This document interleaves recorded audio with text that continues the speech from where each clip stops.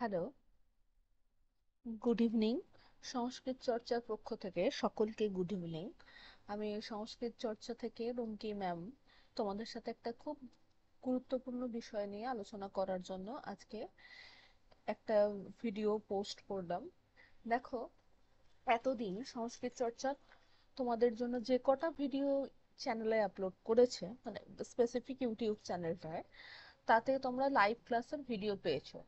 এর মধ্যে কেউ কেউ আমাকে জানিয়েছো যে ম্যাম, আমি ইউটিউবে ক্লাস করতে চাই, বা ইউটিউবে যদি একটু থিওরিটিক্যাল ক্লাস হয়, অবশ্যই থিওরিটিক্যাল ক্লাস হবে।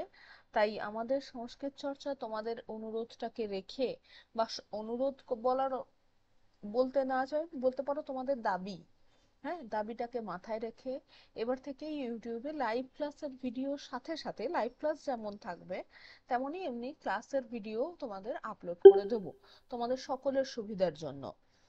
দেখো, আমরা সবাই জানি যে স্কুল সার্ভিস বলো, কলেজ সার্ভিস বলো, আমাদের যে নেট সেট পরীক্ষা হয়, বা এসএলএসটি, এসএসসি আপার প্রাইমারি, তো দীর্ঘদিনের একটা প্রসেস চলছে, টেট, যাই হোক, ওভারঅল বিষয়ের একটা শিক্ষার যে পরীক্ষাগুলো হয়, সেই শিক্ষা দপ্তরের বিষয়টাই একটা ডামাডোলের মধ্যে পরিস্থিতিতে চলছে। তবু দেখো, এক্ষেত্রেও যদি আমরা মন ভেঙে প্রিপারেশনটা ছেড়ে দিই, হ্যাঁ, তাহলে হয়তো আমাদের প্রিপারেশনটা ক্রমাগত পিছিয়েই যাবে। হুম। সেক্ষেত্রে এবার চেষ্টা করবেন ওনারা বিজ্ঞপ্তি দিতে, বলবে ম্যাম শুধু তো একটা গেজেট প্রকাশ হয়েছে পিএসসির, যে বিজ্ঞপ্তি তো বেরোয়নি। দেখো, খুব শীঘ্রই বিজ্ঞপ্তি ওরা দেবে, দিয়ে একটা পরীক্ষাও নেবে। তাই পরীক্ষাটা যদি আমরা একটু ভালো করে দিতে পারি, দেখো মাদ্রাসার পরীক্ষাটা হয়ে গেছে, খুব বেশি সময় আমরা পাইনি, দুটো পরীক্ষাই হয়ে গেছে।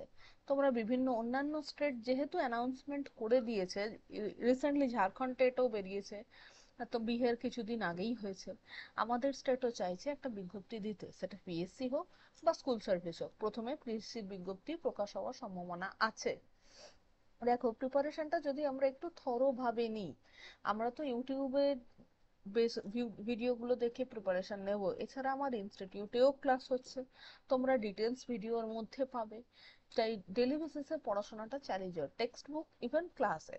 হ্যাঁ, দেখো, ক্লাসের মধ্যে থেকে চেষ্টা করছি খুব, মানে স্মার্ট ওয়েতে বলতে পারো, একদম সেই গদ বাঁধা নিয়মে অবশ্যই আমাদের বিষয়গুলো জানতে হবে। দেখো, শর্টকাট মেথডে পড়া হয় না, হ্যাঁ, কিন্তু তবুও যদি একটু স্কিলফুলি পড়তে পারি তাহলে অনেকটা সুবিধা হয় পড়ার ক্ষেত্রে, বিশেষত এই কম্পিটিটিভ এক্সামের ক্ষেত্রে। কারণ এখানে কোনো সিলেবাস হয় না বলতে গেলে, হ্যাঁ, যে আমি পাঁচটা পড়বো কি ছটা পড়বো, এইভাবে কোনো সিলেবাস এখানে আমরা দিতে পারি না। তাই জন্য আমরা খুব স্মার্ট ওয়েতে পুরো সিলেবাসটাই কভার করব। তাই তোমরা যারা সংস্কৃত চর্চার চ্যানেলটা নতুন দেখছো, বা আগেও দেখেছো, চ্যানেলটার ভিডিও ডেলি বেসিসে পাওয়ার জন্য চ্যানেলটা একটু সাবস্ক্রাইব করো, এবং যদি ভালো লাগে, তোমাদের ক্লাস করতে চাও ডেলি বেসিসে, তাহলে একটা লাইক করো। হুম।